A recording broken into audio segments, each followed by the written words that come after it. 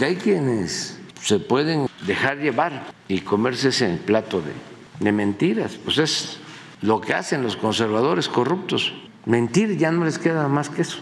Como la mención narcopresidente AMLO, 170 millones de vistas.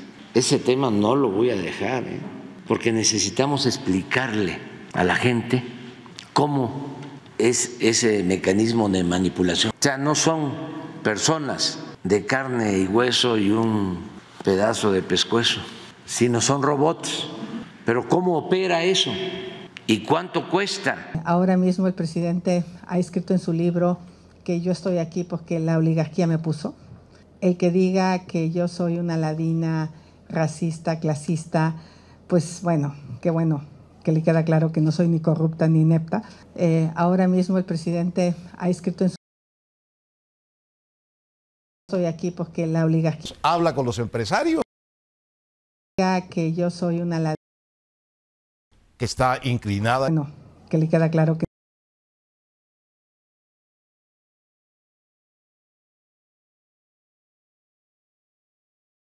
no soy ni corrupta ni inepta. Eso me da gusto. El presidente, un presidente Estoy aquí porque la oligarquía que yo soy una ladina bueno, que le queda claro que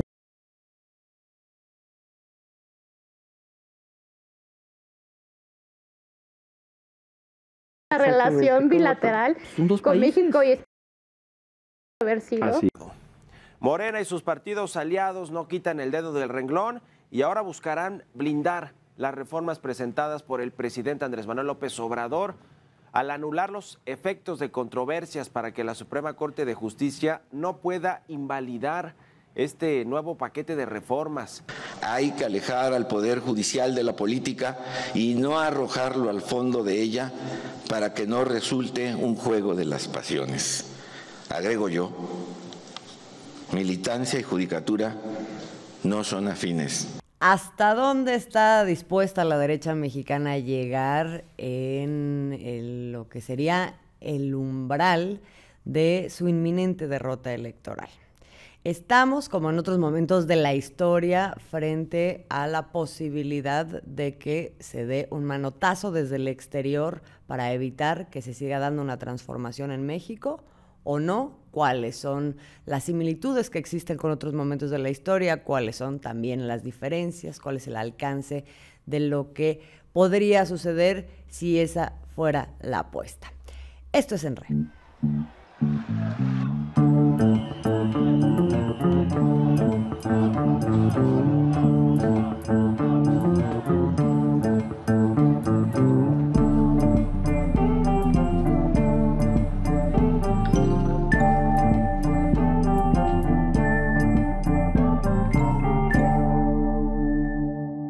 En estos días, el presidente Andrés Manuel López Obrador recordó una carta de 1924 de quien fuera el secretario de Estado del gobierno de Estados Unidos a un empresario que era dueño de una vastedad de medios de comunicación y que en ese momento estaba emprendiendo desde todos sus medios una campaña para que Estados Unidos impusiera un gobernante de allá en México. ¿Cuál era el contexto?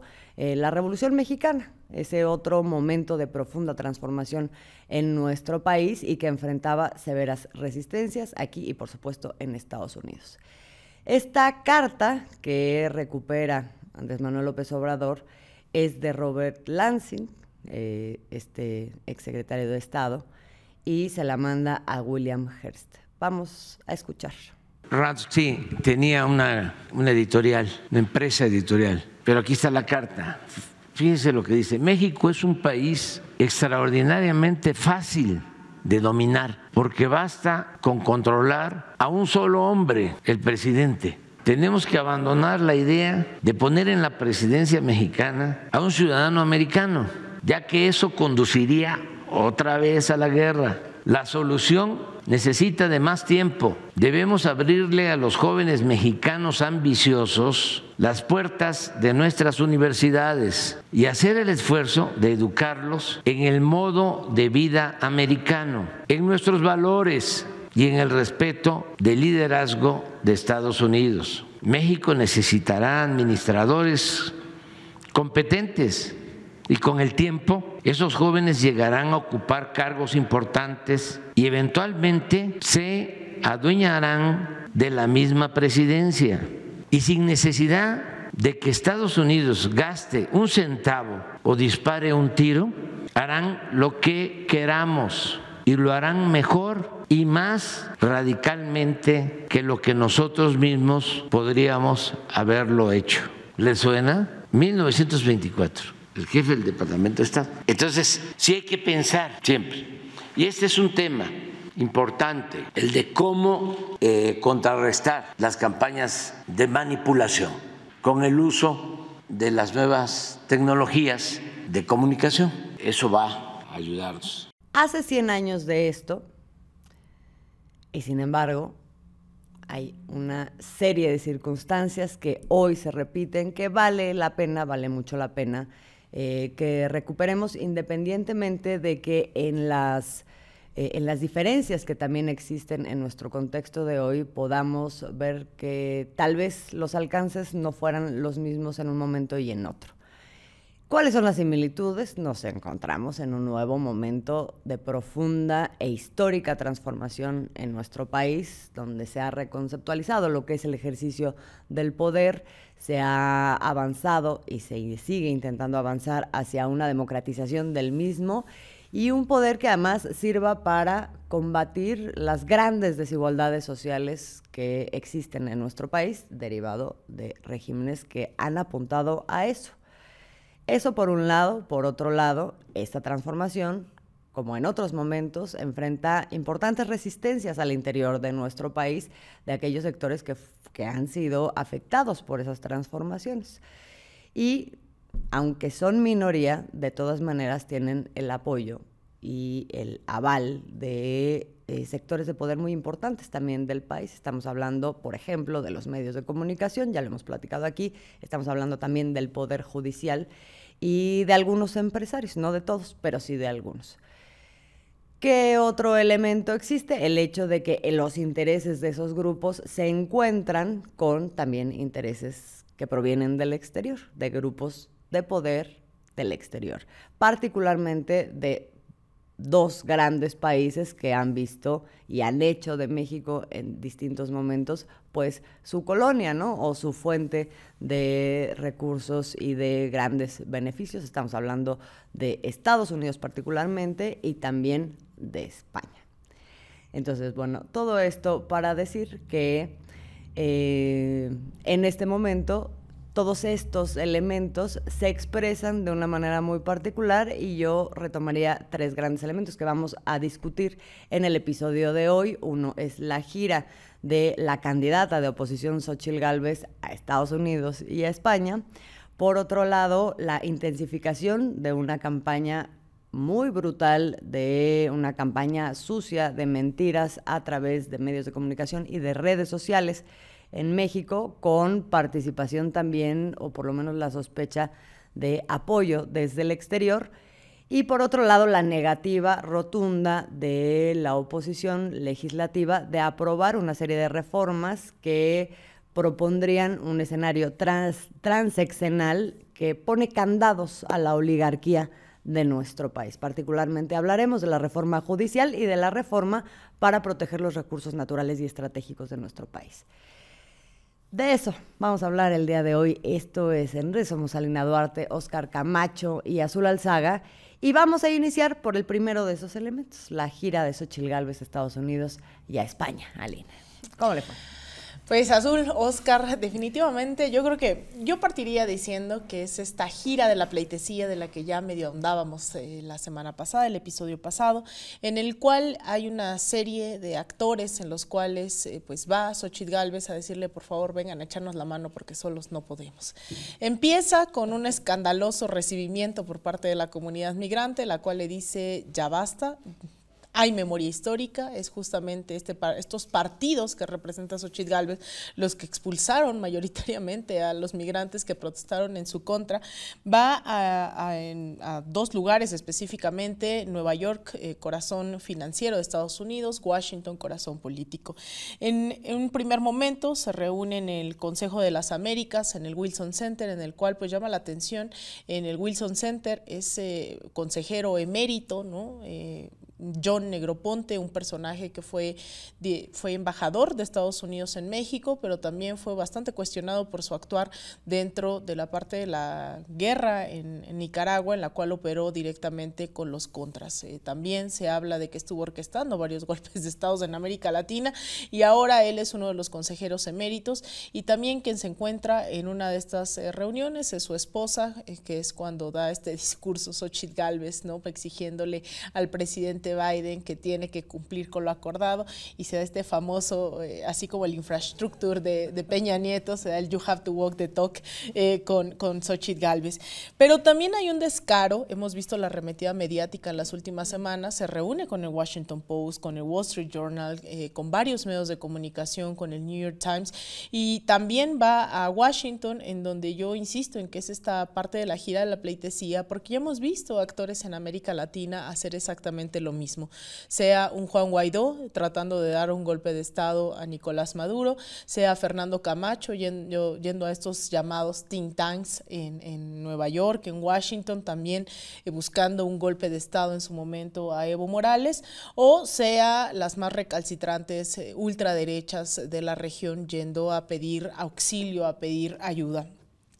Llega a este punto que me parece álgido, ya no tanto con las instituciones de Estados Unidos, con el Departamento de Estado, con la Cámara de Comercio, es decir, con estas agencias que ya sabemos cómo ha estado operando aquí en el caso de México a través del financiamiento también de Mexicanos contra la corrupción, ¿no? Pero también vemos cómo va directamente a la OEA, un organismo que más allá de pelear por la democracia y la justicia ha estado implicado en los más escandalosos intentos de golpe de Estado o invasiones directamente, como en Venezuela, en la frontera colombo-venezolana, donde hay que insistir, ¿no? Se dijo en su momento que era ayuda humanitaria con la cual querían ingresar a Venezuela, y aunque dijimos que era un intento de invasión, es hasta que el New York Times, meses después, casi un año después, confirma esta versión, que sabemos que la OEA estuvo detrás también de orquestar este intento, y no se diga en múltiples ocasiones que la OEA ha cuestionado un montón de procesos democráticos que le han costado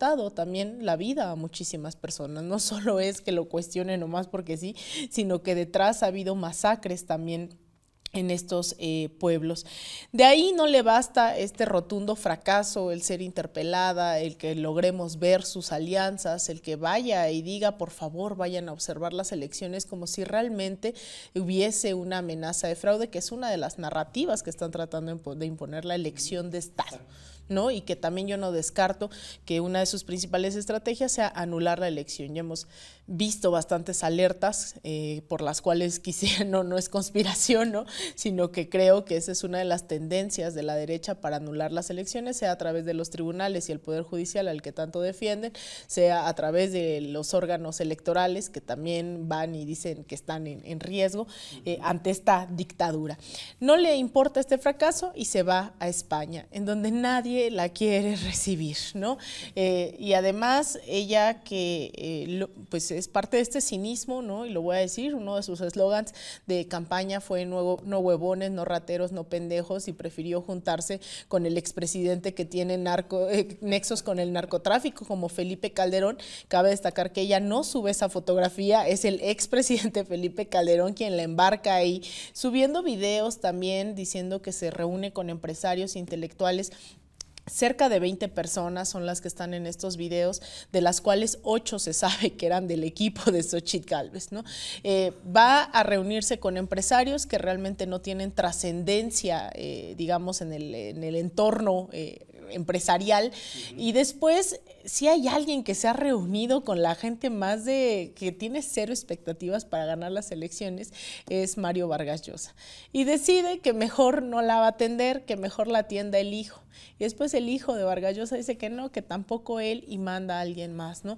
Habla de que hay una lectura clara, que no le están apostando, no hay posibilidad alguna de que Xóchitl logre disputar electoralmente algo en los próximos comicios, sino que lo que están buscando es simplemente a lo interno de México, quedar bien con esos sectores hacia afuera, con los que ya han estado colaborando, pero realmente no hay más que fracaso tras fracaso.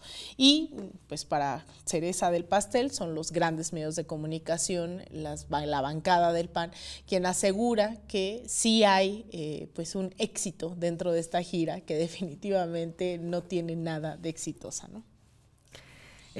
Hay una frase muy buena que creo que es importante recuperar, que es la de política es tiempo. En este momento políticamente no se vio pertinente que se le arropara públicamente a una Xóchitl Gálvez en España y también en Estados Unidos, salvo por ciertos grupos, de plano ya los más duros y radicales. Pero, digamos, eso sí habla de cómo no está sucediendo para estos sectores de poder que sí estarían interesados en un gobierno del perfil de Xóchitl Gálvez, mucho más que del perfil de Claudia Sheinbaum. Aunque estuvieran interesados, no están viendo que sea creíble, uno, que la democracia esté en riesgo, o sea, que eso pueda validarse o legitimarse de alguna manera como para poder intervenir o para poder dar el respaldo, ni tampoco esta cosa del narco. Y eso no implica que no esté habiendo un patentísimo esfuerzo por hacer creer que eso está sucediendo a través, por ejemplo, de medios de comunicación y de redes sociales, que es la otra parte de la que ahora ya también tenemos números. Sí, a la par de que Xóchitl se va para su gira, empiezan a llamar la atención una serie de fenómenos en las redes, ¿no? Que de pronto ya al ser estudiados se descubre que es una campaña bien orquestada en contra de Andrés Manuel López Obrador y de Claudia Sheinbaum, porque empezaron a surgir como pequeños posts, pequeños mensajes en las redes que decían narcopresidente Andrés Manuel, ¿no? Y después vino narca candidata Claudia Sheinbaum. Y uno dice, bueno, pues de pronto eran así como pues, parte de lo que vemos en las redes, ¿no? Pero luego se incrementaron y se incrementaron y se incrementaron. Y hoy sabemos que hay toda una campaña negra orquestándose por parte de la derecha en contra del presidente de Claudia Sheinbaum. Y hablamos de una campaña impresionante que ya tuvo 170 millones de vistas. O sea, no es cualquier cosa. Pero mucho de estas vistas pues se piensa que son bots, ¿no? Creados también para generar esta idea de que, wow, hay mucha gente viendo esta campaña. Es una campaña que se genera desde alrededor de 50 países de distintas esferas y con un costo de $1 millón, o sea, a la semana, que es impresionante. Es toda una campaña muy bien orquestada y buscan generar la idea y la narrativa de decir, en México hay un narcopresidente y una narcocandidata.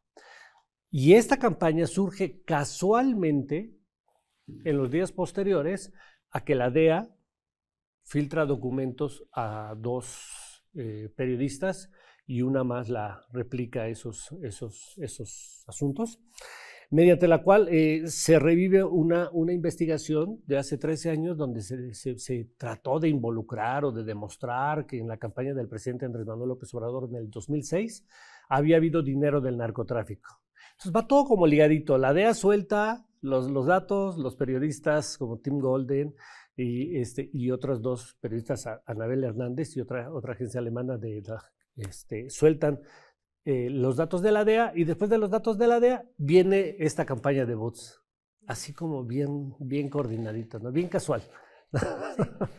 Sí, y en una situación que no es tampoco extraordinaria o que no hubiera tenido ningún antecedente. O sea, sí pareciera haber una deliberada gana de dejar como asentado un relato de que hay una relación de este gobierno con el narcotráfico y de eso ligarlo con la elección. Cuando se evoca 2006, no solamente se evoca 2006, sino como que se intenta anticipar que eso podría volver a suceder. Y, repito, no es la primera vez, no es nada más ese reportaje.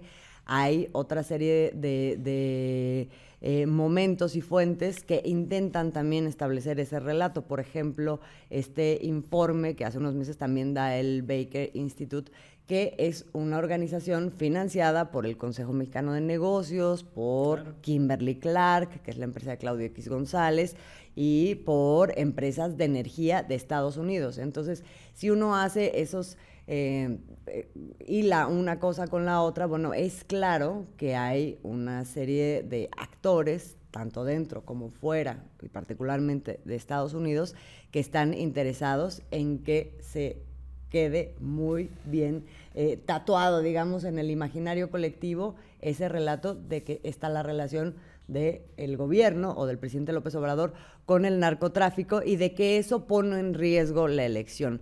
Es una forma de anticipar que si no les gustan los resultados, van a jugar a desacreditar la elección a través de eso. Y que de hecho ha sido pregunta incluso ya de la mañanera, ¿no? Así algo es. Que hemos visto, bueno, esta pregunta no es la primera vez que se la hacen al presidente López Obrador, se le hicieron en el 2006 a sabiendas de que se estaba orquestando todo un fraude y se le presionaba al presidente López Obrador, bueno, entonces al candidato López Obrador, diciendo, va a reconocer usted los resultados de las elecciones. En 2012 no fue la excepción y nuevamente en 2018, ¿no? Asumiendo que de verdad había la posibilidad de que ganaran. Sabemos cómo se orquestaron los fraudes y ahora ya llega a la mañanera nuevamente esta pregunta, a pesar de que incluso las propias encuestas que sabemos que trabajan abiertamente para Xóchitl Gálvez, sitúan a la candidata de Morena, de la coalición Sigamos Haciendo Historia, por delante por muchísima ventaja. A mí lo que me parece importante es la respuesta que da el presidente López Obrador, porque esto no es sintomático de México. Hemos visto durante las últimas elecciones ya no solo el papel de los medios de comunicación, sino las inversiones millonarias que han tenido en redes sociales personajes como Jair Bolsonaro, como la derecha colombiana también, no se diga ahora en contra de Gustavo Petro, Nayib Bukele. Todos estos personajes han tenido inversiones tremendas en campañas de redes sociales que, bueno, ahora están dando una cifra en dólares también aquí en México con estos bots, pero para eso el presidente López Obrador, estratega, como sabemos que es, para bien, para mal y que les guste a unos o no, lo que propone él es ahora, a través de esto que ha sido su mecanismo más efectivo de comunicación durante todo el sexenio, esta parte de quién es quién en los bots, ¿no? Ya no es suficiente con quién es quién en las mentiras, que era esta forma de desarticular las narrativas de la derecha, las fake news y demás. Ahora es quién en los bots, porque es verdad. Y lo que él dice es, necesitamos explicarle a la gente cómo es ese mecanismo de manipulación, ya que no son personas de carne y hueso y un pedazo de pescuezo. Son robots, pero cómo opera eso y cuánto cuesta, porque hablamos de millones de pesos de una campaña así. Y sobre todo, bueno, ahora creo que en estos últimos meses, no sé si coincidan, hay una necesidad del presidente de hablarle a los jóvenes, a ese relevo generacional, y dice también que hay que alertar a los jóvenes que están muy expuestos, hay que informarles cómo opera esta mafia de publicistas que es internacional.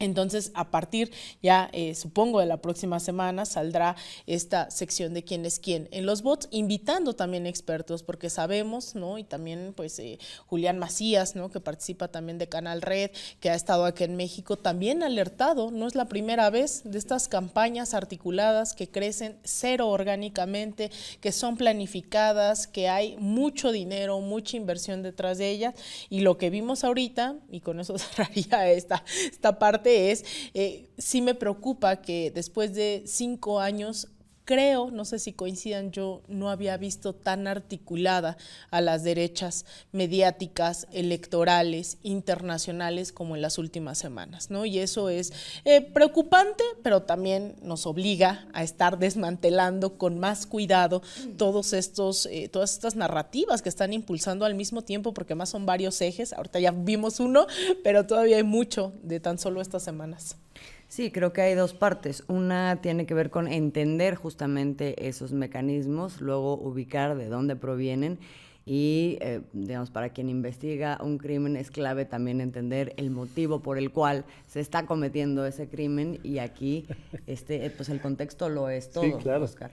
No, sí, totalmente lo dices muy bien cuando dices crimen, efectivamente, porque es un crimen, eso, al final de cuentas son delitos electorales. Y ya Morena, por ejemplo, planteó, no solo Morena ha planteado la investigación de esta campaña. O sea, lo paradójico también es que es tan escandalosa que ya otro partido de oposición, Movimiento Ciudadano, le ha pedido también al INE pues que se meta a averiguar qué onda con esta campaña de bots que cuestan millones, y ha pedido que los gastos de esta campaña se le contabilicen a la coalición del PRI, PAN y PRD con Xóchitl Gálvez, pues porque está claro que ellos son los responsables de esta campaña. O sea, Movimiento Ciudadano no dice averigüen para ver quién es, dice averigüen para ver cómo se hizo. Pero cárguenle los gastos a la coalición de PRI, PAN y PRD, ¿no? O sea, sin duda alguna, por ahí viene esta campaña. Aunque todo lo que son los opositores de PRI, PAN y PRD digan, nosotros tenemos las manos limpias, ¿no? Como Felipe Calderón. Así es. Y creo que es importante aquí, a ver, en su momento, en el 2006, también en el 2012, hubo también esta cosa de las campañas sucias en medios de comunicación con ciertos mensajes que intentaban establecer que había un riesgo enorme si ganaba Andrés Manuel López Obrador. Sí, claro. ¿No? Quienes orquestaron esas campañas, y ahora a propósito del nuevo libro del presidente, donde hace todo el relato de su trayectoria, rescata algunas de esas anécdotas. Una de las anécdotas es que alguien que fue parte de esas campañas, que la impulsó, que la pagó, etcétera, sabiendo evidentemente que todo era mentira, una de las preguntas que se hacía, o lo que verdaderamente le preocupaba a Andrés Manuel López Obrador, es que al llegar no siguiera permitiendo los acuerdos que antes tenían de privilegio ciertas empresas. Uno de esos privilegios, pues, es evidentemente el de la condonación de impuestos, ¿no? Claro. O sea, que ellos no tenían que pagar un montón de cosas en términos fiscales que ahora tienen que pagar. Esa era una preocupación. Ahora, digamos, hay todas estas circunstancias que se han modificado, pero hay otras que se van a seguir, o que está la propuesta de que se profundice esas modificaciones, en donde si hasta este momento, a pesar de las transformaciones que ha habido, sigue habiendo lugares y espacios para que esta oligarquía o los empresarios pues se puedan agarrar de ahí, ¿no? Para seguir manteniendo esos privilegios, y estamos hablando particularmente del Poder Judicial y los amparos, por ejemplo, pues ahora ya no lo podrían hacer. Esto en función de una reforma judicial que se está proponiendo, que tiene, ya decía yo, ciertos candados, y que de manera clave pues les amarraría las manos, ¿no? Y que de hecho, antes de ir rápidamente, señalar, esto es un movimiento, y nos los hacía notar un compañero aquí en De Raíz, un movimiento que además es regional, porque si hay un lugar donde las oligarquías se han enquistado a sabiendas de que esa es la última toma de decisión, en tanto a si tienen que pagar o no impuestos, en tanto que si se deciden o no las elecciones a favor de tal o cual, es en el Poder Judicial regional. Y lo vimos hace tan solo unos meses con Bernardo Arévalo en Guatemala, lo estamos viendo con Gustavo Petro también en el caso de Colombia, lo vimos con Pedro Castillo, ¿no? Incluso también en la lógica electoral, lo estamos viendo ahora también incluso en Bolivia con toda la disputa interna que se está dando, lo vimos también con Cristina Fernández de Kirchner, no sé, ya con Lula, con Correa, etcétera, etcétera, y ahora en México se está avanzando, ¿no? Si bien en Bolivia se han decidido optar por elecciones judiciales, hoy en México se toma también esto, pero además se complementa. Lo que dice la secretaria de Gobernación en la conferencia mañanera hace tan solo unos días, Luisa María Alcalde, son los 3 objetivos de esta reforma al Poder Judicial, que es una nueva integración de la Suprema Corte de Justicia para que pueda ser más eficiente, austera y transparente, la elección popular de ministros, magistrados y jueces que cuenten con legitimidad democrática a partir del voto popular, y sobre la cual también no cualquiera puede levantar la mano, ¿no? Es decir, claro, va a haber una serie de parámetros en los cuales, pues no es como que yo sé que Azul se quiere candidatear como ministra de la Corte, pero no va a ser ministra Azul Alzaga, a menos que pase por, ¿no?, todos los requisitos jurídicos, una serie, ¿no?, de, digamos, de comprobaciones para ejercer el cargo. También la sustitución del Consejo de la Judicatura Federal, que hemos visto que sirve para dos cosas, ¿no? Para nada y para nada. Y para lo doble. Y también, ya en lo concreto, en cuanto a la Suprema Corte de Justicia, se reduciría de 11 a 9 ministros y pasaría su periodo de 15 a 12 años. Incluso señalar que en caso de que se apruebe esta reforma, pues, por ejemplo, Lenia Batres, que acaba de ingresar como ministra, pues también su periodo culminaría, dadas las elecciones a las que se tendría que someter la Suprema Corte de Justicia. Hay 2 salas en la Suprema, bueno, ahora solo se tendría una sala, el Pleno. Se elimina la pensión vitalicia para actuales y futuros ministros. Sabemos que las pensiones son una cantidad bárbara y además grosera, por decirlo menos, ¿no? Es inmoral, cero ético, etcétera, etcétera.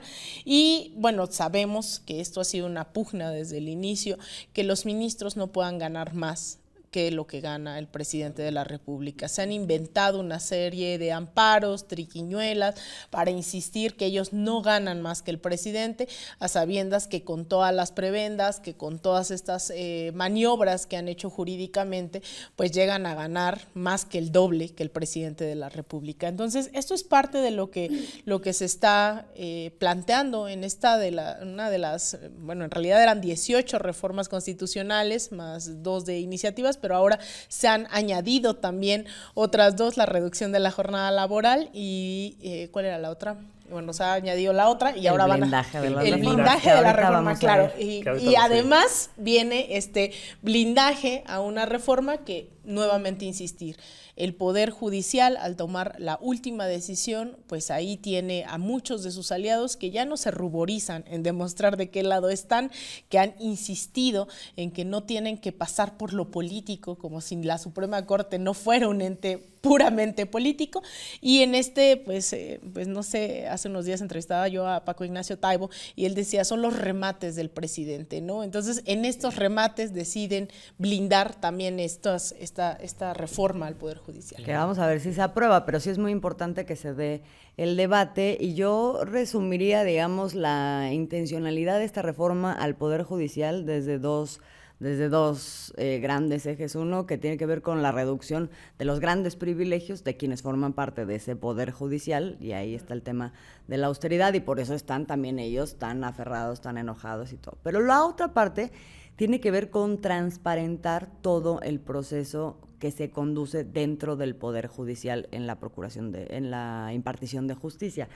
Cuando reduces las salas, haces que todo pase por el Pleno y que todo sea público, que sean audiencias públicas en donde la gente pueda ver qué es lo que están resolviendo, qué es lo que están votando, porque todo eso actualmente es una caja negra, y que después eso pueda ser sancionado por la población a través de estas elecciones de jueces, ministros, magistrados, ¿no? O sea, de alguna manera hay una relación ahí que está, digamos, la tenemos muy interiorizada con respecto a otros servidores públicos, pero no con respecto al Poder Judicial, y por eso ahorita pueden hacer lo que les dé la gana en secreto, y además no importa si no fuera en secreto, porque de todas maneras nadie de la población que es afectada los elige, ¿no? O sea, si no, todo se da desde la cúpula. Entonces, romper ese esquema es muy importante. Y luego está esta tercera parte que salió apenas en estos días, que es esa iniciativa que mencionabas, Alina, de blindar las reformas. ¿Por qué blindar las reformas? Esto es una cosa que es muy importante que quede bien clara, porque también la han tergiversado. ¿Cuál es la intencionalidad de ese supuesto blindaje, que ya en México lo han calificado como la iniciativa antiamparos, ¿no? O sea, como si ahora la gente va a quedar desprotegida absolutamente del poder del Estado, porque el amparo, digamos, es para que los particulares se protejan de ese abuso de poder o un pretendido abuso de poder. No tiene nada que ver con eso, y creo que es importante explicarlo, Oscar. A ver, sí, cuando el presidente Andrés Manuel López Obrador presenta y anuncia sus iniciativas últimas de su sexenio, ¿no? 18, y más 2 leyes secundarias que ahora aparecen, 18. Bueno, La oposición se pone feliz y contenta porque la mayor parte de esas 18 iniciativas son constitucionales, es decir, son reformas a la Constitución y requieren de 2/3 partes del Congreso para ser aprobadas, en la Cámara de Diputados, en la Cámara de Senadores, ¿no? Entonces la oposición se pone feliz porque pues evidentemente dice vamos a bloquear todas las reformas con excepción quizá de una o dos que les conviene electoralmente, como la de pensiones.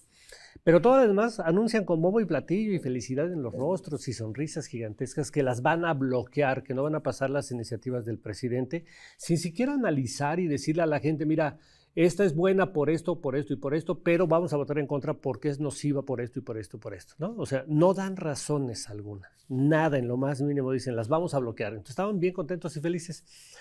Y esa gran felicidad de pronto se les convierte en decepción, angustia y desesperación, como dice la canción, porque en la Cámara de Diputados el diputado Juan Ramiro Robledo agarra y dice, yo voy a presentar una pequeña reforma, chiquita, solo a la ley secundaria, no a la Constitución, ¿no?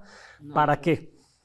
Bueno, pues para que los que sientan que las reformas aprobadas en el Congreso, las reformas constitucionales, por la razón que ellos quieran, inventadas o no, pueden ser controvertidas ante la Suprema Corte, como ha venido siendo, como han anulado muchas de las reformas del presidente Andrés Manuel López Obrador, que se van con controversias constitucionales a la Corte, y los ministros, pues ya sabemos que son de derecha y les dan la razón, aunque no la tengan, entonces dicen, va, pues está bien, vámonos a la Corte. Bueno, con esta reforma lo que se busca es que con el voto de cuatro ministros de los 11 que están actualmente, se declare constitucional y no se puede echar atrás una reforma constitucional. Creo que en un principio, ¿no? Creo que no es exactamente así. A ver, cuando hay el procedimiento en donde el Congreso pasa una ley por mayoría, que no es 2/3 partes de la votación, como sería en la constitucional, sino para una ley reglamentaria. Mayoría relativa. Pero hay una mayoría, lo pasa el Congreso y luego alguien de la oposición, que es minoría, dice, no me gusta esta ley, entonces la voy a declarar inconstitucional, la mete en la Suprema Corte de Justicia. ¿Y qué tiene que hacer la Suprema Corte de Justicia? Lo que ha estado pasando hasta ahora. Tiene que lograr que de los 11 ministros, 8 voten que es inconstitucional. Si no se vota, o sea, si no se logran esos 8 votos, entonces, ¿qué sucede? Se queda como, o sea, no se declara inconstitucional, pero tampoco se declara constitucional. Se queda como una especie de impasse que da entrada a lo que hemos visto después, que pasó, por ejemplo, con la reforma a la ley de la industria eléctrica, que es que un amparo al que le da entrada un juez puede tirar toda una ley aprobada por el Congreso porque dicen esto tiene efectos generales. Un amparo que se da. Entonces, ¿qué es lo que está tratando de evitar esta nueva iniciativa? Que si no se alcanzan los 8 votos para declarar inconstitucional, entonces en automático se declare constitucional. Por eso lo están tratando de poner como que con 4 votos se va a declarar constitucional. No, es que no se alcanzan los 8 votos para declarar inconstitucional y entonces no lo vas a dejar en ese limbo que permite que después cualquier juececito de distrito te tire una ley. Totalmente, nacional, constitucional. ¿no? Que esa no era constitucional, la ley de la industria eléctrica, por ejemplo. Estas son las leyes que son pero un juez puede tirar incluso una ley constitucional con un amparo. O sea, de ese nivel puede llegar a ser lo grave, ¿no? Sí, entonces es un gran blindaje el que está proponiendo Morena, a mí me parece extraordinario, pues porque la verdad, a ver, partimos del hecho de que quien propone una iniciativa de ley es pues el presidente, pero el presidente no, digamos, es un ente que llega ahí solito, llega por el voto de millones de ciudadanos, o sea, él es el representante de millones de ciudadanos, ¿no? Que le dan la confianza a la hora del voto pues para que haga precisamente su chamba, que es, entre otras, presentar iniciativas. Luego llega al Congreso, donde hay diputados electos por el voto también de la gente, es decir, legislan con el respaldo del voto de la gente. Y luego, ya que el presidente y los legisladores deciden aprobar una ley, lo envían a la Suprema Corte, donde no fue electo nadie, son 8 personajes que no han sido electos por nadie y tienen la facultad, primero, si se juntan 8 votos, de echar abajo una ley. Pero luego, si no se juntan esos 8 votos pues la ley se mantiene ahí en el libro, un juez puede echar abajo lo que millones de ciudadanos le dieron como facultades al presidente y al Congreso. Entonces, eso es gravísimo. Entonces, lo están queriendo plantear como que es un acto de autoritarismo en donde ya se está concentrando todo el poder pues prácticamente en el presidente, porque desde ahí se dictaría todo. Y lo que realmente está sucediendo es que se está impidiendo que el poder judicial invada otros poderes, particularmente el poder legislativo, porque en los últimos meses hemos visto cómo echan abajo y echan abajo y echan abajo, legislando el propio poder judicial, ¿no? Y la gran hipocresía de los que dicen es que con 4 votos ya se queda sin problemas las iniciativas. Exacto. Y cuestionan la numerología, ¿no? 4 personas pueden decidir. Pero luego esos mismos no se dan cuenta que hoy la ley de amparo le da a una persona, un juez, la facultad de echar abajo la voluntad popular de millones de ciudadanos a través de sus representantes. ¿Sí? Es increíble, es increíble. Así es. Pero el blindaje está muy padre, por eso digo que me da mucho gusto, porque de las grandes sonrisas pasaron a las caras largas y a las amarguras, porque es factible. Este blindaje que quiere ponerle Morena, sin duda, es factible y lo pueden lograr porque solamente requieren del voto mayoritario. Claro, que también es muy factible que acabe como otras leyes secundarias en la Suprema Corte de Justicia, ¿no? Siendo nuevamente tirada. Pero lo importante es que se esté dando este debate que, digamos, abre un poco nuevamente las intencionalidades y donde, como habíamos dicho la vez pasada, si en esta legislatura no pasa, vienen elecciones, y el hecho de que se dé esta discusión en este momento, pues es una forma también de zarandear para que veamos qué es lo que está en juego y que se entienda que si queremos hacer modificaciones constitucionales que no enfrenten eso, entonces tiene que lograrse una mayoría calificada en el Congreso. Y eso pasa por las elecciones. Y eso va a pasar, o sea, lo más seguro, así como van todas las encuestas, ya no solo Xochitl no está creciendo como candidata presidencial, sino que va en declive, ¿no? Y eso también repercute directamente, o sea, no, digamos, no es coincidencia ver estas listas de plurinominales donde los grandes mafiosos de los partidos se están enquistando para garantizar ese fuero, pero van a ser los últimos escaños, tal vez, que logren ya tener algunos partidos, como el PRD en todo caso, ¿no? El PAN, no se diga, está totalmente, el PRI, ¿no? Que también terminó ya en diferentes lugares, y a lo que vamos es en un periodo electoral que además ya están también alertando, ¿no? Porque recordemos que el presidente o la presidenta que entrará el próximo periodo entra el 1 de octubre, mientras el nuevo Congreso entra el 1 de septiembre, es decir que de lograrse esa mayoría calificada, todavía el presidente López Obrador tendría un mes con el nuevo Congreso, más allá de los periodos legislativos, que es lo que están alertando. Hasta tiempo le va a sobrar. Que la dictadura se va a consolidar, ¿no? En ese mes que le queda al presidente López Obrador, con un Congreso que pareciera, todo indica, que va a ser mayoritario para Morena. Sí, no es un reto fácil, pero se puede lograr. O sea, no va a resultar muy sencillo, pero sí es alcanzable, ¿no? Creo que las encuestas, como tú dices muy bien, caminan hacia allá. Y por eso toda esta guerra sucia de bots, de bloquear iniciativas, ¿no? Sí. Es que yo creo que el presidente es muy inteligente y creo que desde ahorita ya le puso, está como poniendo los cimientos con estas iniciativas al segundo piso de la cuarta transformación. Sí, y eso, bueno, ya vemos qué intereses al interior del país y también al exterior, porque cuando hablamos de redes criminales y de todo lo que está sucediendo con el Poder Judicial, que no nada más es que boicotee las políticas de este gobierno, sino que está todo el tiempo permitiendo que estas redes criminales operen a sus anchas, ¿no? O sea, lo vemos todos los días, vemos la cantidad de intereses que están ahí. Pero luego hay otros intereses también que ya no sé si nos va a dar tiempo de plantearlo a fondo, pero esta otra reforma que yo creo que va a picar la cresta de más de uno en el exterior. ¿Por qué? Porque se está prohibiendo el fracking, se está prohibiendo el maíz transgénico, la importación de maíz transgénico y la producción en México, donde había grandes corporaciones que hacían lo que les daba la gana.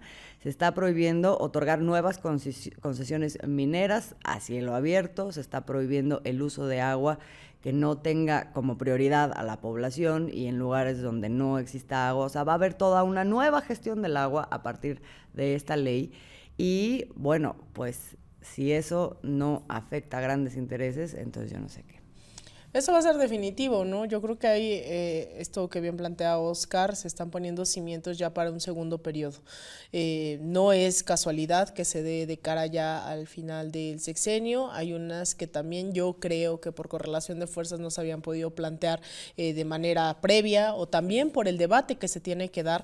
Hemos visto que a la par de estas reformas se van a llevar a cabo un montón de foros que espero que también pues la población mexicana en general esté muy atenta a ellos y que sea muy crítica, ¿no? Que también piense en que esta es consolidación de un proyecto nacional, de un proyecto de las mayorías. Sabemos la deuda histórica que hay con los pueblos indígenas, con el pueblo afromexicano, el tema de la vivienda que ni siquiera se asoma, ¿no? O sea, pensar que la vivienda es un derecho en este país y en general en el mundo es como alucinante. No se diga el tema de las pensiones que se nos arrebató. Yo sigo alucinada, no puedo negarlo, con el tema de las pensiones, como que generacionalmente era como eso jamás va a ocurrir, y volver a escuchar el tema de las pensiones.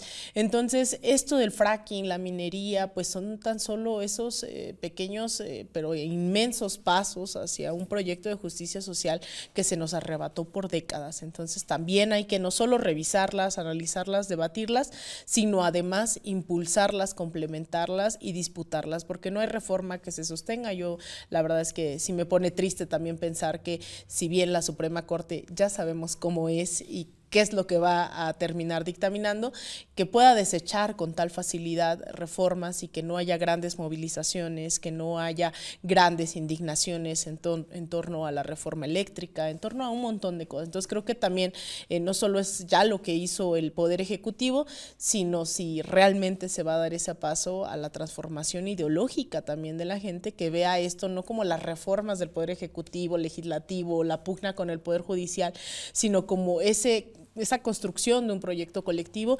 Así que también creo que ese reto está por delante. Ya el presidente dice, pues ya me voy y les dejo esto, pero también creo que será ya no solo de la siguiente presidenta, ¿no? Sino también evidentemente y fundamentalmente del pueblo de México, hacerlas suyas, disputarlas, defenderlas y hasta donde tope. Sí, y por lo pronto hay una enorme oportunidad en este momento para hacer esa disputa, y es a través del voto. Nos vamos a quedar con esto. Somos Alina Duarte, Oscar Camacho y Azul Alzaga. Muchísimas gracias por acompañarnos en este nuevo episodio de En Re. Nos vemos la próxima ocasión.